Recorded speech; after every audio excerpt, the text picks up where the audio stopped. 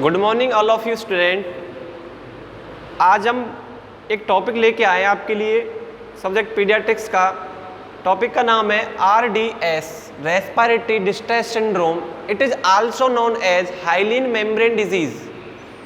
RDS के बारे में मैं जनरल इंट्रोडक्शन दे देता हूँ कि इंट्रा यूट्राइन लाइफ में फीटस मीन्स बेबी जब यूट्रस के अंदर होता है तो उसके लंग्स वर्क नहीं कर रहे होते, वो प्लेसेंटा से ऑक्सीजन एंड कार्बोहाइड्रेट का CO2 का एक्सचेंज करता है। तो वो प्लेसेंटा से करता है। जब बेबी डिलीवर हो गया तो उसके बाद लंग्स को वर्क करना पड़ता है। जब लंग्स वर्क नहीं करेंगे तो प्रॉब्लम होगी ना, RDS, उसको बोलते हैं रेस्पिरेटरी डिस्ट्रेस सिंड्रोम। जब ये कंडीशन सीवियर होती है तो उसको हाइलिन मेम्ब्रेन डिसीज भी बोलते हैं। किसी को प्रॉब्लम है क्या डेफिनेशन इंट्रोडक्शन में? अब डेफिनेशन सुनो। RDS is condition characterized by disturb respiratory pattern and lung surfactant deficiency is called RDS। Means इसके अंतर्गत रेस्पिरेशन पैटर्न डिस्टर्ब हो जाता है, यानी स्टॉप हो जाता है। एपनिया का नाम सुना? Apnoea, suggestion of breathing, temporary time 82, suggestion of breathing 20 second, कुछ समय के लिए ब्रीथिंग का रुकना एपनिया कहलाता है, टेम्परेरी टाइम। और परमानेंट ब्रीथिंग रुक जाएगी उसको क्या बोलेंगे? डेथ। अब एक लंग सर्फेक्टेंट के बारे में बता देता हूं मैं आपको। लंग सर्फेक्टेंट क्या होते हैं?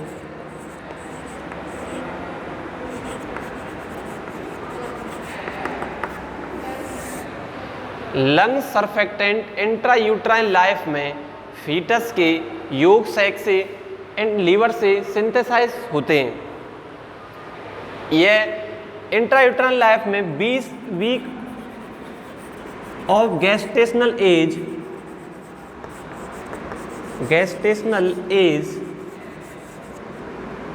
20 वीक ऑफ गेस्टेशनल एज पे इसका steroidal hormone lung surfactant lecithin and sphingomyelin का सीक्रेशन होना स्टार्ट हो जाता है, मीन्स बनना स्टार्ट हो जाता है। स्टेरॉयड का फंक्शन पता है किसी को? स्टेरॉयड का बॉडी में फंक्शन नहीं पता तो कोई बात नहीं। स्टेरॉयड क्या होते हैं?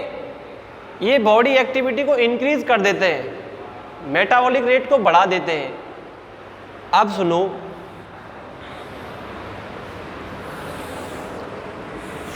इधर लिख रहा हूं। लंग सर्फेक्टेंट होते हैं lecithin and स्पेंजोमाइलिन।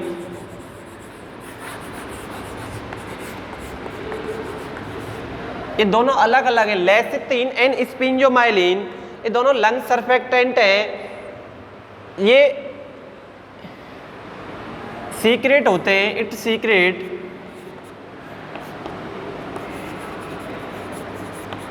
Bye pneumocystic cells. Pneumocystic cell means ये न्यूमोसिस्टिक सेल्स से सीक्रेट होते हैं। न्यूमोसिस्टिक सेल्स 2 टाइप की होती है। एक बार मैं जनरल न्यूमोसिस्टिक सेल्स के बारे में बता रहा हूँ। न्यूमोसिस्टिक सेल्स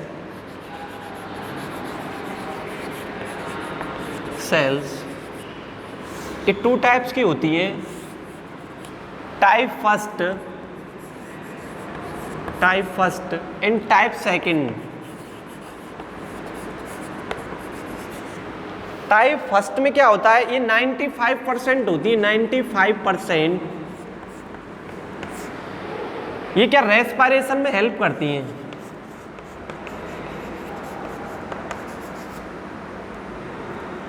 रेस्पिरेशन। ये टाइप सेकंड सेल है, जो न्यूमोसिस्टिक सेल्स है, ये 5% होती हैं। रेस्पिरेशन नहीं होता क्या? Inspiration expiration. जो एल्वोलाई में सेल होती हैं, इनको एल्वोलाई सेल भी बोलते हैं। तो एल्वोलाई का फंक्शन क्या है? Gas exchange. तो गैस एक्सचेंज एल्वोलाई करती है कि नहीं करती लंग्स में? तो एल्वोलाई में 2 टाइप की सेल्स होती हैं, type first and type second. Type first क्या है? Type first 95% cells type first पाई जाती हैं। ये क्या रेस्पिरेशन गैस को एक्सचेंज करती हैं। और 5% सेल्स जो लंग सर्फेक्टेंट का फॉर्मेशन करती हैं। It cell are formation of lungs surfactant. आया कि समझ में ये चीज? सबसे पहले मैंने डेफिनेशन की बात की थी कि लंग्स आरडीएस होता क्या है। RDS it is a condition characterised by disturb respiratory pattern due to deficiency of lung surfactant means lecithin in sphingomyelin called respiratory distress syndrome. उसके बाद कुछ मैंने लेसिथिन स्पेग्नोमाइलिन के बारे में बताया था कि ये सीक्रेट कहाँ से हो रहा है, कहाँ से हो रहा है आप बताना। You stand up.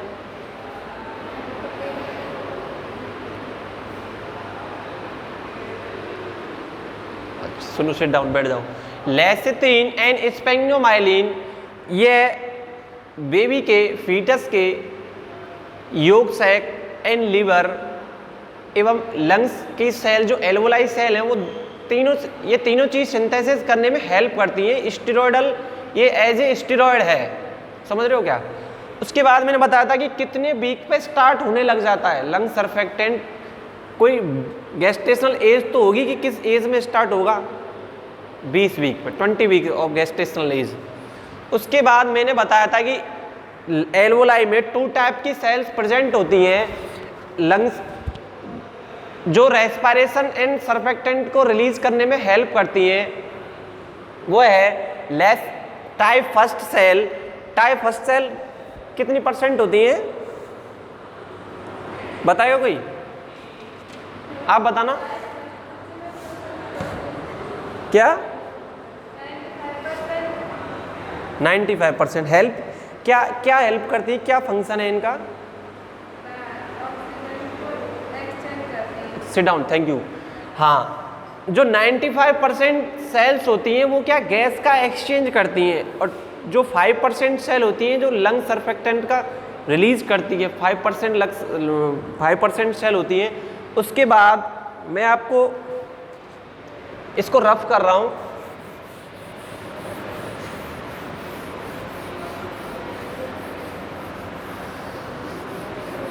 कुछ जनरल कॉज बता देता हूं आपको, क्यों cause and aetiology.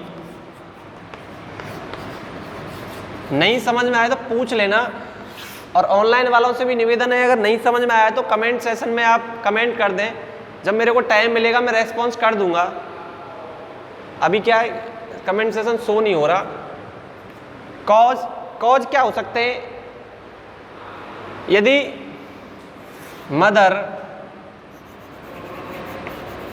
Intake alcohol, यदि मदर रेगुलरली एल्कोहल ले रही है, वो प्रेग्नेंट है लेकिन एल्कोहल का सेवन कर रही है, तो बेबी को प्रॉपर न्यूट्रिएंट गैसेस एक्सचेंज नहीं हो पाएंगी। तो क्या होगा कि बेबी के लिए बेबी का जो बॉडी ऑर्गन है वो सिस्टम पूरी तरह से डेवलप हो पाएगा क्या? एल्कोहल लेने से मेन प्रॉब्लम होती है ग्रोथ रिटार्डेशन। यदि मदर एल्कोहल ले रही है तो बेबी की ग्रोथ रिटार्डेशन डिस्टर्ब हो जाएगी। तो ये भी तो ग्रोथ नहीं, इससे भी तो ग्रोथ नहीं हो रही। ग्रोथ नहीं होगी तो बच्चा रेस्पिरेशन कैसे कर पाएगा? इमेच्योर बेबी होते हैं, immature means less than 37 week से पहले डिलीवरी हो जाती है, उसको बोलते हैं प्री टर्म। तो प्री टर्म है तो मैच्योर हो पाएगा कि नहीं हो पाएगा? नहीं हो पाएगा ना। हाँ, मदर कंसीव लेट प्रेगनेंसी, यदि मदर रिप्रोडक्टिव एज के अलावा, रिप्रोडक्टिव एज कितनी होती है? रिप्रोडक्टिव एज जिसमें रिप्रोडक्टिव एज मीन्स मदर उस एज में बच्चे को जन्म दे सकती है। According to WHO reproductive age 15 से 45 साल इस यदि 45 ईयर के बाद मदर बेबी प्रेगनेंसी कंसीव करती है तो बच्चे को प्रॉपर न्यूट्रिशन नहीं मिल पाएगा, तो आरडीएस जब बॉडी फंक्शन डिस्टर्ब नहीं हो पाएंगे तो आरडीएस की प्रॉब्लम होने की रिस्क रहती है कि नहीं रहती। अगला cause intra uterine infection means intra uterine infection means जब प्रेगनेंसी कंसीव है ड्यूरिंग प्रेगनेंसी कोई इन्फेक्शन हो गया, जैसे toxoplasmosis, rubella, cytomegalovirus, herpes, HIV infection, AIDS infection, तो ये इन्फेक्शन कहीं ना कहीं इस डिजीज को प्रोड्यूस होने में रिस्क फैक्टर को निर्धारित करता है। 4 को excessive use in heavy drugs, यदि मदर इंट्रा यूट्राइन लैब में कुछ टेराटोजेनिक ड्रग्स होती हैं, यदि मदर उन ड्रग्स का यूज कर रही है, ऑब्सोलेटरी कॉन्ट्रा इंडिकेशन होती है ड्रग्स प्रेगनेंसी में, कुछ ड्रग्स को छोड़ के सभी ड्रग्स कॉन्ट्रा इंडिकेटेड होती हैं। यदि एक्सेसिव मात्रा में यूज कर रही है ड्रग्स का, कैफीन ले रही है, कुछ और भी आती हैं, हीरोइन ले रही है, कुछ अनर्गल सब्सटेंस होते हैं जहरीले, उनको ले रही है, तो कहीं ना कहीं ये प्रॉब्लम स्टेरॉइड के सिंथेसिस लंग्स की मैच्योरिटी के लिए डिस्टर्ब करता है। इसके बाद ये चीज समझ में आ रही है क्या? नहीं आ रही तो पूछ लेना है ना, ऑनलाइन वालों से भी बोल दिया, अगर किसी को कोई प्रॉब्लम है तो कमेंट सेशन में कमेंट कर सकता है। इसके बाद मैं आपको ये बता रहा हूँ कि लंग सर्फेक्टेंट बनते हैं, कभी किसी ने ये सुना है क्या कि 7 मासा बच जाता, 8 मासा नहीं बचता, 7 महीने, सुना है क्या? हाँ, आज वो भी क्लियर कर दूंगा कि क्यों नहीं बचता है। सुनो, जो लंग सर्फेक्टेंट है ना, लेसिथिन एंड स्पेंजोमाइलिन,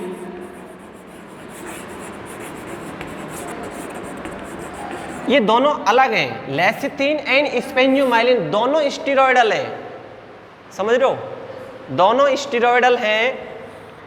अब ये सीक्रेटेड होते हैं कितने वीक पे कितना इनका रेशियो होता है। ये सीक्रेट कहाँ से हो रहा था आप बताना एक बार, आप बताओ कहाँ से हो रहा था सीक्रेट? सीक्रेट कहाँ से हो रहा था? Stand up.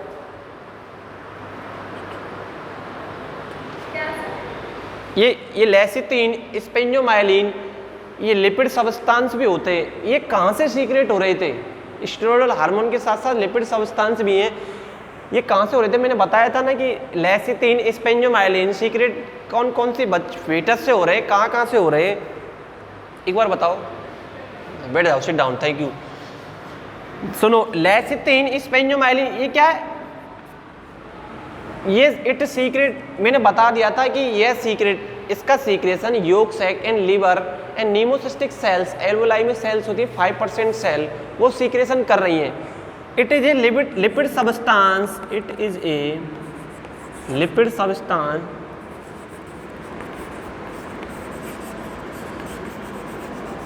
And steroidal hormone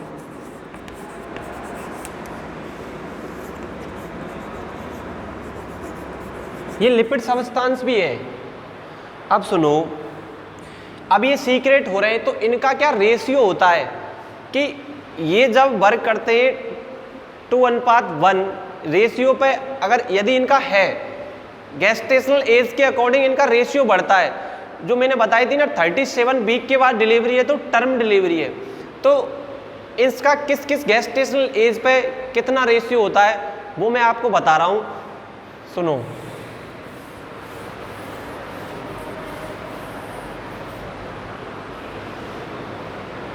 ratio of lecithin and स्पेंजोमाइलिन, सुनो, पहला 20 वीक पे इसका सीक्रेशन स्टार्ट हो रहा था, it start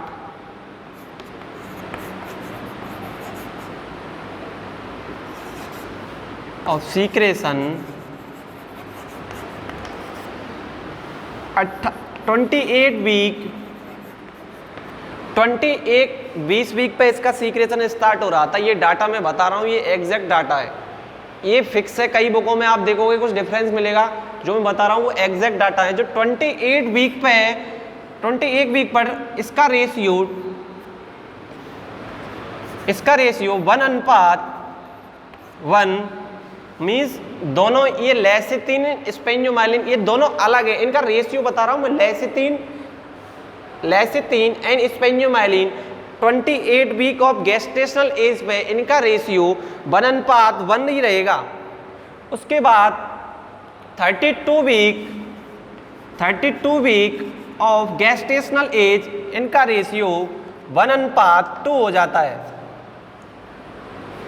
32 week of gestational age lecithin and sphingomyelin ratio 1:2। इसके बाद 35 वीक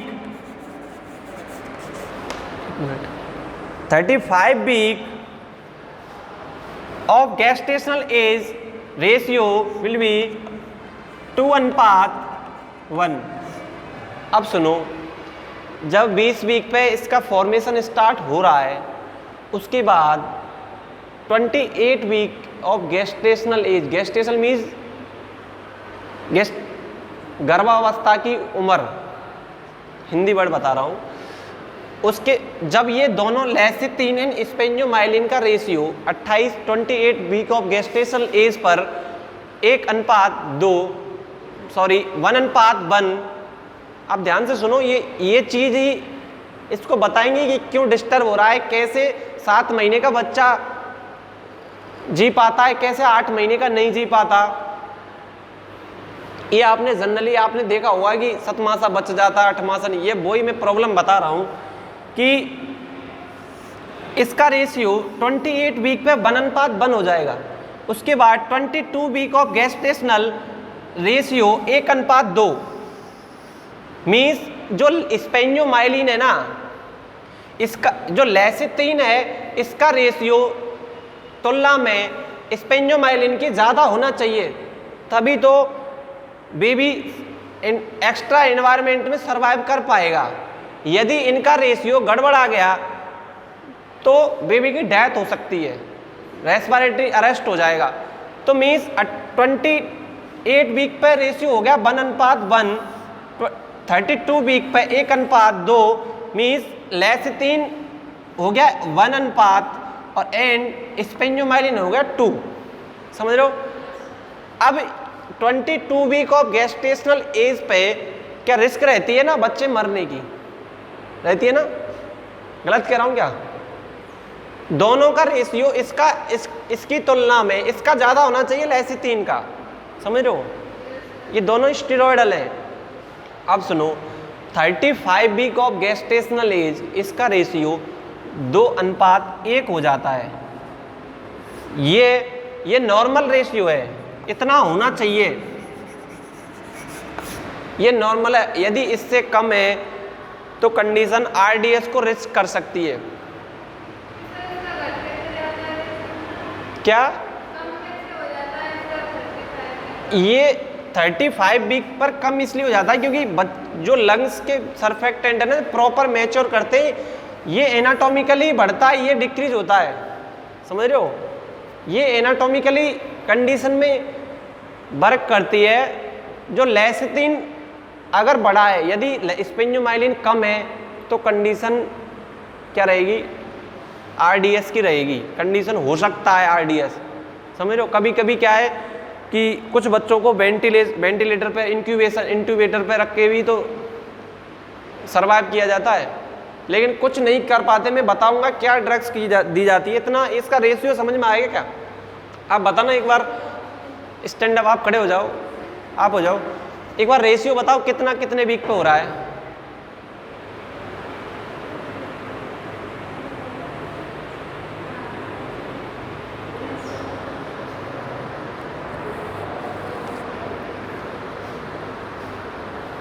बैठ जाओ, sit down, thank you. Ratio मैंने बता दिया है। अब सुनो, इटियोलॉजी कंप्लीट हो गई है। मैंने जनरल लेसिथिनिन स्पेंजोमाइलिन के बारे में बताया, मैं पूरा डिटेल में बता रहा हूँ। इसके जो मैं करा रहा हूँ सिस्टम, इसके बाहर इससे कुछ नहीं है। चाहे आपके जीएनएम लेवल पे हो या एएनएम लेवल पे हो या बीएससी नर्सिंग या कंपटीशन आप कहीं भी तैयारी कर रहे हैं, इससे ज़्यादा नहीं है इसमें, ठीक है ना।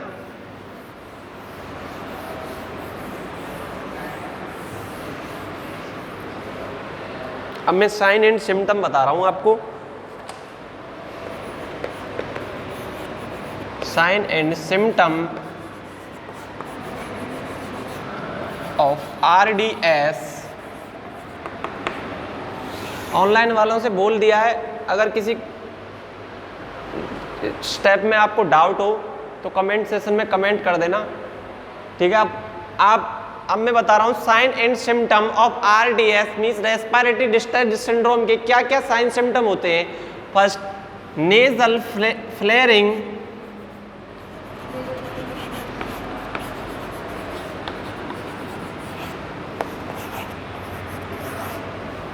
Nasal flaring, retraction,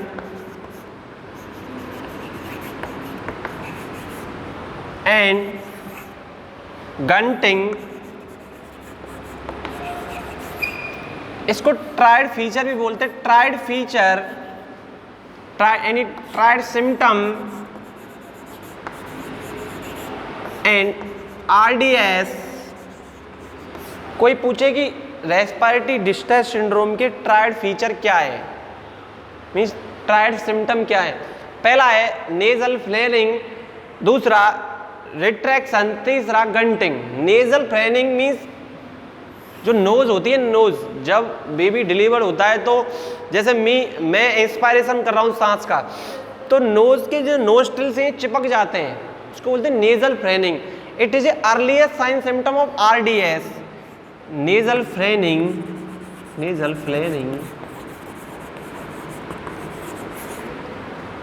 it is a earliest sign symptom, earliest sign and symptom of RDS means RDS का earliest sign symptom nasal flaring है। कोई पूछे सबसे पहला साइन सिम्टम आप कैसे असेस करेंगे बेबी को डिलीवर हो गया, किसको क्या प्रॉब्लम है। बेबी मुंह से थोड़ी बोलेगा मेरे तो सांस लेने में दिक्कत आ रही है, गलत कह रहा हूँ क्या। उसकी क्या नोज, जब वो इंस्पायरेशन करेगा तो उसकी नोस्ट्रिल्स क्या चिपक जाएंगी, ये अर्लीस्ट साइन सबसे पहले आता है ये। उसके बाद रिट्रैक्शन। रिट्रैक्शन का मीन्स जानता है कोई? एक बार आप खड़े हो ना, रिट्रैक्शन क्या होता है? Retraction, what do you mean by the retraction? नहीं पता? नहीं पता तो कोई बात नहीं, सुनो। रिट्रैक्शन, रिट्रैक्शन मीन्स किसी चीज का, जैसे दो word, contraction and retraction. Contraction में तो क्या किसी चीज का सिकुड़ना, रिट्रैक्शन मीन्स सिकुड़ के किसी चीज को आगे प्रेषित करने के लिए कॉन्ट्रैक्शन रिट्रैक्शन होते रहते हैं ना। रिट्रैक्शन मीन्स अब मैं जैसे सांस लूंगा ना तो ये मसल्स है ना, जहां से मैंने ली तो यहीं रुक जाएंगी, इसको बोलते हैं रिट्रैक्शन, किसी चीज का रुकना। तो रिट्रैक्शन 3 टाइप से होता है आरडीएस के अंदर। रिट्रैक्शन में बताता हूं कौन कौन से 3 टाइप हैं। पहला सुप्रा, पहला सुप्रा, दूसरा इंट्रा, तीसरा सब इंट्राकोस्टल रिट्रैक्शन, सुप्राकोस्टल रिट्रैक्शन,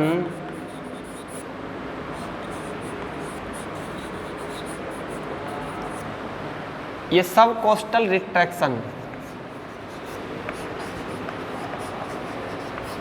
कोस्टल मीन्स इंट्राकोस्टल, सबको ये क्या रिब्स के लिए जो इंट्राकोस्टल स्पेस होता है ना उसके लिए यूज किया जाता है ये वर्ड। अब सुनो,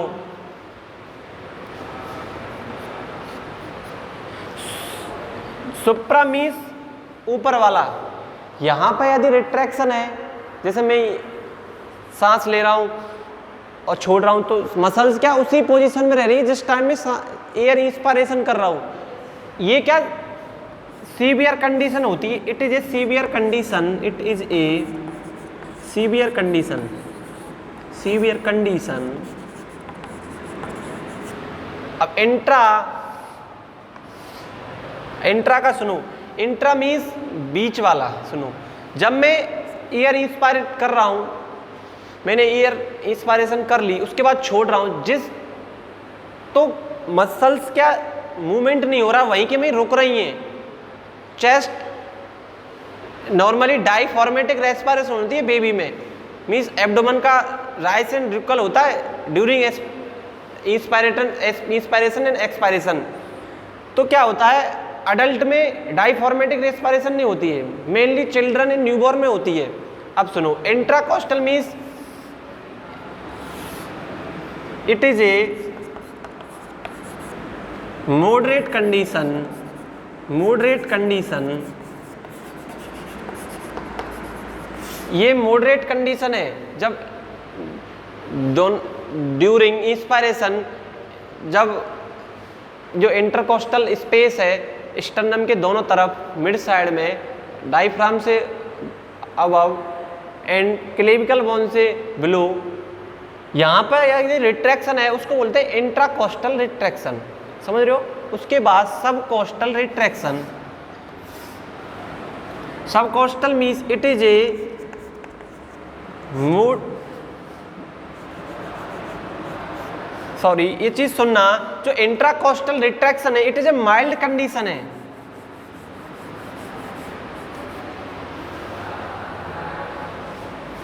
सॉरी, इसको माइल्ड नहीं है, ये मॉडरेट ही है, ये मॉडरेट कंडीशन है, it is a moderate condition. और जो सब कोस्टल रिट्रैक्शन है it is A mild condition. जो सब कोस्टल रिट्रैक्शन मीन्स डायफ्राम से ऊपर, इंट्राकोस्टल से नीचे, जो इंट्रा कोस्टल रिट्रैक्शन बताया था वहाँ से नीचे, यहाँ अगर इंस्पायरेशन एक्सपायरेशन में मसल्स का रिट्रैक्शन हो रहा है उसको इंट्राकोस्टल रिट्रैक्शन बोलते हैं। सॉरी, इसको सब कोस्टल रिट्रैक्शन बोलते हैं। दोबारा सुन लो, सुप्राकोस्टल मीन्स क्लेविकल वाले एरिया पे रिट्रैक्शन है, intercostal below clavicle and above diaphragm से ऊपर रिट्रैक्शन है, और सब कोस्टल मीन्स डायफ्राम से, डायफ्राम के पास एंड स्टर्नम से थोड़ा नीचे यहाँ पर रिट्रैक्शन है, तो उसको सब कोस्टल रिट्रैक्शन कहते हैं। Supracostal retraction it is a severe condition होती है, और intercostal retraction it is a moderate condition होती है, और सब कोस्टल रिट्रैक्शन यह माइल्ड कंडीशन होती है। समझ रहे हो? अब सुनो, ये चीज एक बार आप बोल के बताना है। आप खड़े हो जाओ, स्टैंड अप।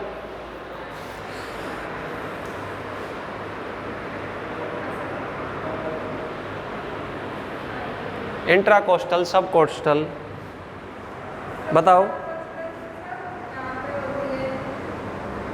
हाँ,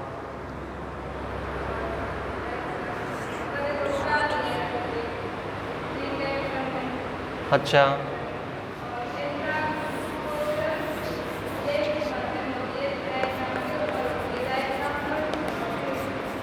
अच्छा, बैठ जाओ, सिट डाउन, थैंक यू। सुनो, उसके बाद मैंने अगला साइन सिम्टम बताया था grunting. Grunting means partial glottis obstruction in during expiration.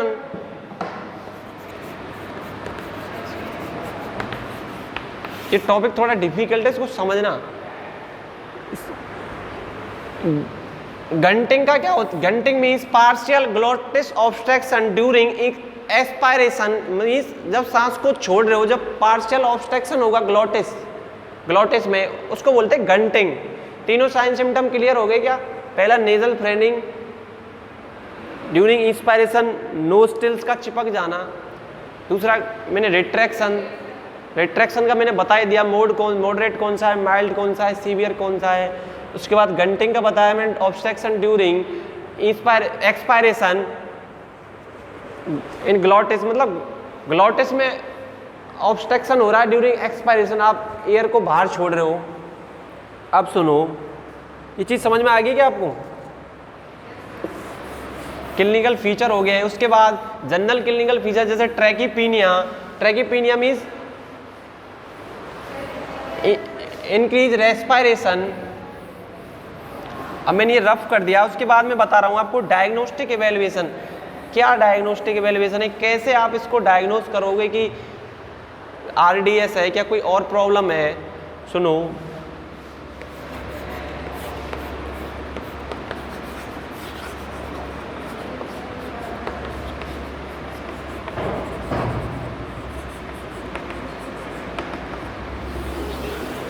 Diagnostic evaluation में सबसे पहले हिस्ट्री कलेक्शन,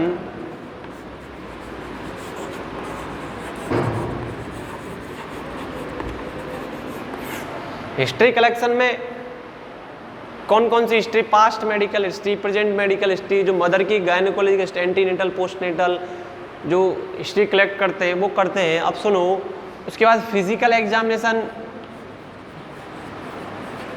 ये बेबी का किया जाता है फिजिकल एग्जाम, जो न्यूबॉर्न है। मदर के क्या प्रॉब्लम तो बेबी की है ना, ये मदर का क्यों करेंगे फिजिकल एग्जामिनेशन? प्रॉब्लम तो बेबी में हो रही है ना, RDS respiration distress syndrome, delivery के बाद हो रही है। अब एक टेस्ट होता है इसमें, इसको बोलते हैं सेक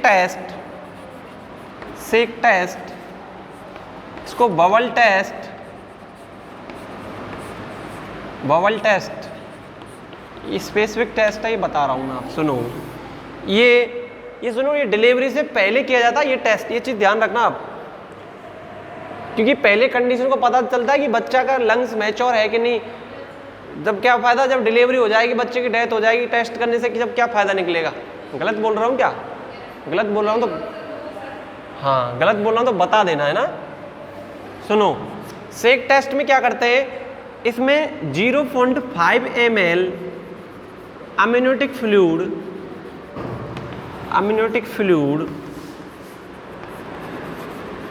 एमनियोसेंथेसिस से लेते हैं ना, amniotic fluid एमनियोसेंथेसिस प्लस इसमें एक टेस्ट ट्यूब में मिक्स करते हैं इस चीज़ को, 0.5 ml amniotic fluid।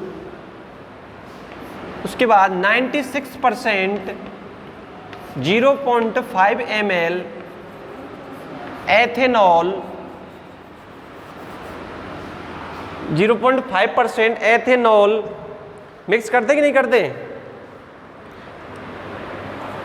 दोनों, प्लस 0.5 ml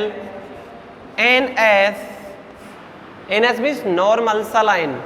ये तीनों चीज़ों को मिक्स किया जाता है टेस्ट ट्यूब में। हाँ, टेस्ट ट्यूब होती है ना, लैब में देखी होगी आपने।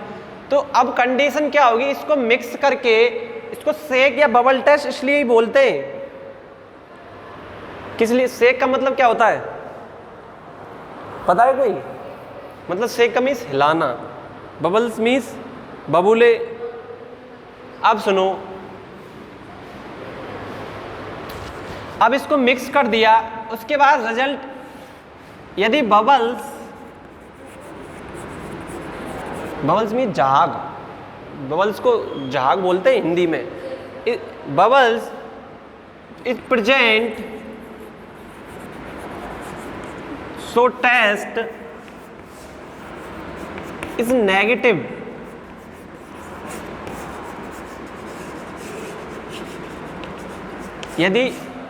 यदि बबल्स प्रेजेंट है, 0.5 ml आपने NS लिया, 96% एथेनॉल 0.5 ml ही लेते हैं, लेकिन वो उसका परसेंटेज बता रहा हूँ, एथेनॉल लेते हैं। इस प्लस 0.5 ml NS, उसको तीनों चीज़ों को मिला के टेस्ट ट्यूब में मिक्स किया जाता है। यदि बबल्स प्रेजेंट है तो टेस्ट नेगेटिव, मीन्स ये स्टेरॉयडल हार्मोन है। जब आपको इसमें बबल्स प्रेजेंट हो रहे हैं तो स्टेरॉयड बन रहा है। अब सुनो, if bubbles are absent, it is a test negative, sorry, it is a test positive. अब अगर कोई दिक्कत हो तो बताओ। देखो यदि बबल्स प्रेजेंट है तो टेस्ट नेगेटिव है, क्योंकि बेबी के स्टेरॉइड प्रॉपर बन रहा है, लंग्स मैच्योर हो रहे हैं धीरे धीरे। यदि बबल्स एब्सेंट है तो टेस्ट पॉजिटिव है, स्टेरॉइड हार्मोन नहीं बन पा रहे, लेसिथिन स्पेग्नोमाइलिन नहीं बन रहा, फिर रेशियो चेक करते हैं इसका। ये चीज़ आप बताना, एक बार खड़े होकर एक बार जो टेस्ट को रिवाइज करो, कैसे क्या कैसे करते हैं बताना, बताओ।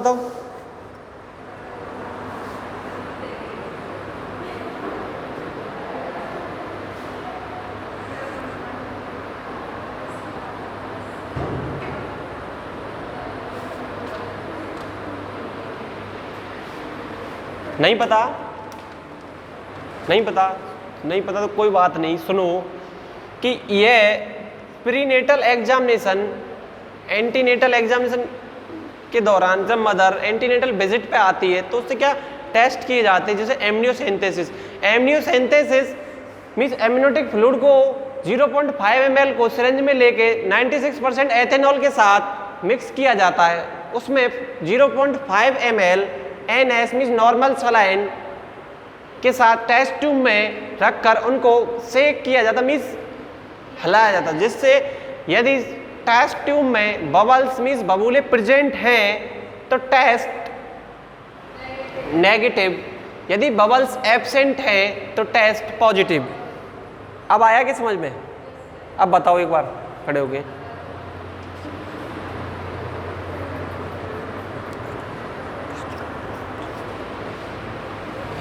एक चीज और बताता हूँ, इट टेस्ट डन बाई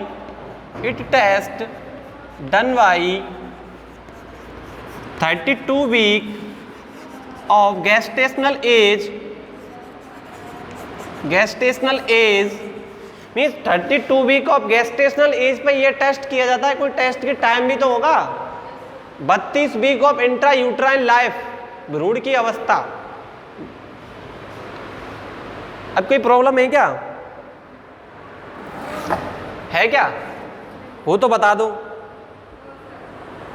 कुछ अदर टेस्ट भी करते हैं, जैसे फास्फोडाइल टेस्ट, वो भी 32 वीक ऑफ गेस्टेशनल एज पे भी किया जाता है।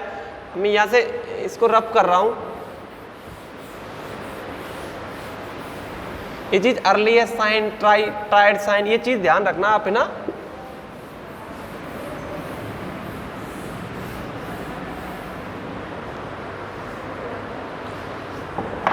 एक एबीजी एनालिसिस भी करते हैं। ABG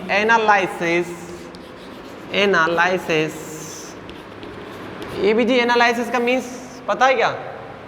arterial blood gas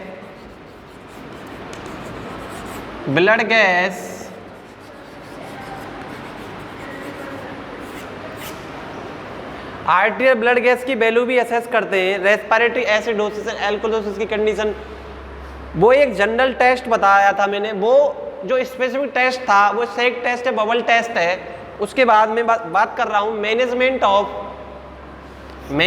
off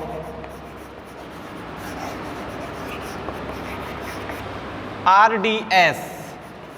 सुनो, ये कंडीशन तो बेबी में है, मीन्स 32 वीक पे गेस्टेशनल एज पे पता चल गया कि जो स्टेरॉइडल है, लेसिथिन स्पेग्नोमाइलिन लंग सर्फेक्टेंट है।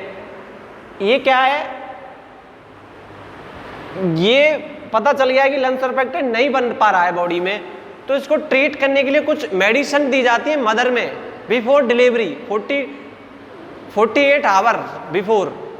अब सुनो, एक लंग सर्फेक्टेंट का एक वर्क और रह गया था, ये सुनो। लंग सर्फेक्टेंट जो सरफेस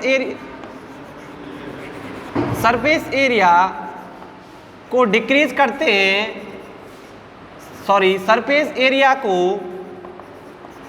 इंक्रीज करते हैं एंड सरफेस टेंशन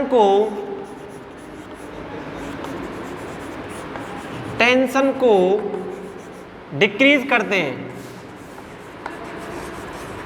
सुनो, ये चीज़ मैं आपको बता रहा हूँ कि लंग सर्फेक्टेंट का नॉर्मली वर्क क्या है, जो लंग्स की एल्वोलाई है, ये चीज़ सुनना, मैं जनरली बता रहा हूँ, जो इसकी सरफेस टेंशन मीन्स जो इसकी सरफेस पे प्रेशर पड़ रहा है, जो सरफेस पे प्रेशर पड़ रहा है उसको तो क्या डिक्रीज करते, मीन्स सरफेस टेंशन को डिक्रीज करते, जो इस एल्वोलाई का एरिया है, सरफेस एरिया, उसको बढ़ाते, जिससे कि गैस का जब एल्वोलाई एक्सपल होगी, फूलेगी, तो गैस पूर्णतः आएगी कि नहीं आएगी, आएगी ना। तो सरफेस एरिया को तो इंक्रीज करते हैं लंग सर्फेक्टेंट, और सरफेस टेंशन को डिक्रीज करते हैं, यानी जो एल्वोलाई पर जो नेगेटिव प्रेशर लगता है उसको डिक्रीज करते हैं। ये चीज़, ये जनरल सी जो लंग सर्फेक्टेंट के बारे में नॉलेज थी कि कैसे एल्वोलाई पे वर्क करते हैं, इनका एल्वोलाई पे क्या रोल रहता है, क्यों कोलैप्स, लंग्स कोलैप्स तो होने से बचाते हैं। अब सुनो, management of RDS means RDS, जब आपको 32 वीक ऑफ गेस्टेशनल एज पे मदर एंटीनेटल विजिट के लिए आई, आपको पता लग गया कि लंग सर्फेक्टेंट का फॉर्मेशन नहीं हो रहा, तो आप क्या करोगे? उसके लिए कुछ ट्रीटमेंट भी तो देना पड़ेगा। जब मदर टर्म पे, if condition of term delivery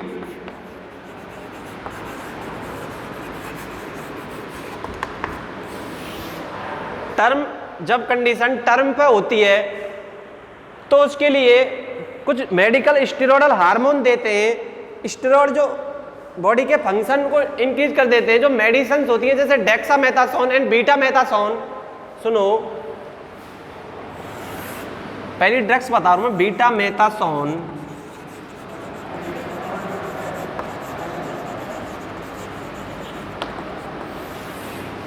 betamethasone before delivery 24 and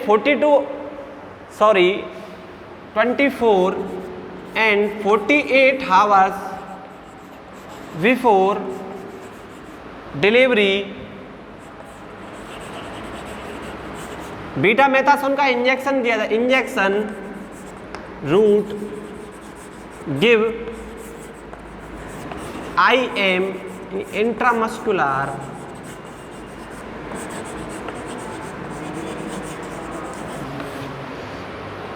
betamethasone की 2 डोज दी जाती है। जो 24 hour and 48 hour before betamethasone की इंजेक्शन दिया जाता है IM रूट से। ये क्या स्टेरॉयडल हार्मोन है, इसकी मैं डोज बता देता हूं, 12 mg per day into 2 days, 2 दिन तक 12 mg पर डे दी जाती है। मतलब 12 mg 2 दिन तक IM रूट से इंजेक्शन दिया जाता है before delivery 24 hour and 48 hour before of delivery. अगले सुन लो, it is a DOC drug of choice in RDS। यदि RDS डायग्नोज हो गया कि इस मदर को, जो होने वाला बेबी है उसको RDS हो सकता है,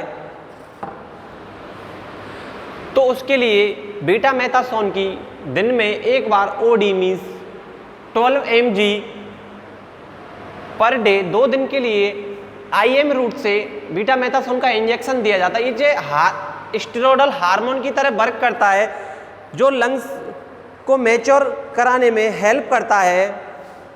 उसके बाद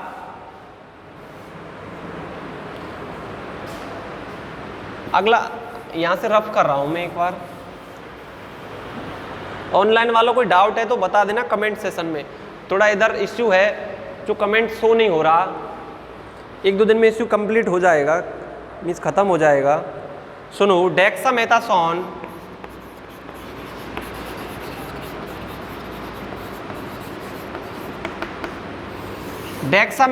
जो मैंने ड्रग ऑफ चॉइस बताई थी वो थी बीटामेथासोन। उसके बाद ये डेक्सामेथासोन ये देते हैं 6 mg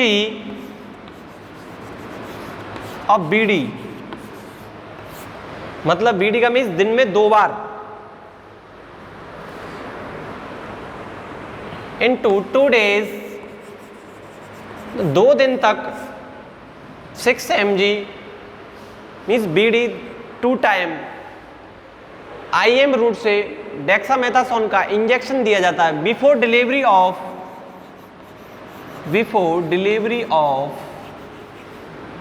42 hours and 48 hour of delivery, means delivery होने से 24 घंटे या 48 घंटे पहले IM रूट से डेक्सामेथासोन 6 mg बीडी दी जाती है, मीन्स 2 दिन तक। उसके बाद मैंने आपको ड्रग ऑफ चॉइस बताई थी बीटामेथासोन 12 mg इनटू 2 days, मतलब 2 दिन तक IM रूट से दी जाती है, लेकिन वो दिन में 1 बार दी जाती है ओडी। अब सुनो, इनका मैंने डोज बता दिया, इनका फंक्शन भी स्टेरॉयडल हार्मोन, ये स्टेरॉयडल है डेक्सामेथासोन एंड बीटामेथासोन, आपने सुना होगा नाम डेक्सामेथासोन, बीटामेथासोन, पैराडिसोलोन। अब सुनो, मैंने आपके लिए प्रोफाइलैक्सिस मैनेजमेंट ऑफ RDS बता दिया है कि प्रोफाइलैक्सिस मीन्स बचाव। मदर को आपको पता लग गया, एंटीनेटल केयर के लिए मदर आई, आपको पता लग गया, आपने शेक टेस्ट किया कि बबल्स प्रेजेंट नहीं है तो टेस्ट पॉजिटिव हो गया, तो आपने प्रोफाइलैक्सिस मीन्स RDS बेबी को नहीं हो तो आपने डेक्सामेथासोन एंड बीटामेथासोन दिया। यदि उससे भी अगर आपको बेबी के डिलीवर होने के बाद प्रॉब्लम आ रही है तो क्या करते हैं, सुनो, उसको बोलते हैं मेडिकल मैनेजमेंट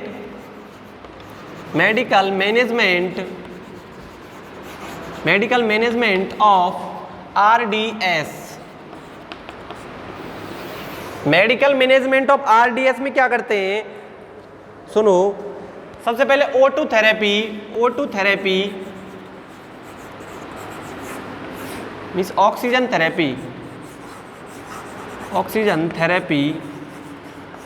थेरेपी में ऑक्सीजन हुड के द्वारा, एक न्यूबॉर्न का अलग होता है, न्यूबॉर्न इन्फेंट का, ऑक्सीजन हुड के द्वारा ऑक्सीजन दी जाती है, और इंट्राट्रेकियल इंस्टिलेशन भी किया जाता है लंग सर्फेक्टेंट का, intratracheal lung surfactant instillation means डालना बूंद बूंद करके, लंग सर्फेक्टेंट का इंट्राट्रेकियल भी ट्रेकियल रूट से लंग सर्फेक्टेंट को डाला जाता है इंट्राट्रेकियल रूट से। उसके बाद जनरल एयरवे को मेंटेन किया जाता है बेबी के लिए, इन्फेक्शियस से रहित एनवायरनमेंट के लिए उसको रखा जाता है। यदि उसको इंक्यूबेशन की ज़रूरत है तो आर्टिफिशियल रेस्पिरेशन या वेंटिलेटर पर रखा जाता है। वो एक जनरल ट्रीटमेंट था जो कॉम्पिटिटिव एग्जाम के व्यू से आने वाला था। जो चीज़ मैंने आपको बता दी वहाँ से सबसे पहले मैंने डेफिनेशन बताई थी, उसके बाद कॉज बताए थे, उसके बाद थोड़ा लंग सर्फेक्टेंट के बारे में बताया था, उसके बाद मैंने क्लिनिकल फीचर बताए थे कि क्या clinical feature, triad symptom, earliest कौन सा है, रिट्रैक्शन क्या है। उसके बाद मैंने डायग्नोस्टिक टेस्ट बताया था, स्पेसिफिक डायग्नोस्टिक टेस्ट कौन सा होता है। उसके बाद मैंने मैनेजमेंट में जो प्रोफाइलैक्सिस मैनेजमेंट बताया था, उसके बाद नर्सिंग मैनेजमेंट, मेडिकल मैनेजमेंट मैंने बता दिया था। नर्सिंग मैनेजमेंट में आपको बेबी के लिए नर्सिंग केयर करनी है, प्रॉपर IV लाइन से फ्लूइड देना है। यदि बेबी ब्रेस्ट फीडिंग के लिए एलिजिबल है या वो कर पा रहा है, सकिंग रिफ्लेक्स उसका अच्छा है तो उसको सकिंग करेंगे, और जो डॉक्टर का रिटर्न ऑर्डर जो कुछ दिया गया है उसके बारे में फॉलो करेंगे। तो thank you all student, class complete हो गई है। अगर आपको हमारा जो कंटेंट समझ में आया हो, अच्छा लगा हो, तो उसको लाइक एंड सब्सक्राइब करें, और ऐसे ही आपके लिए हम कंटेंट लाते रहेंगे, लेकिन इस वीडियो को ज़्यादा से ज़्यादा शेयर भी करें। Thank you.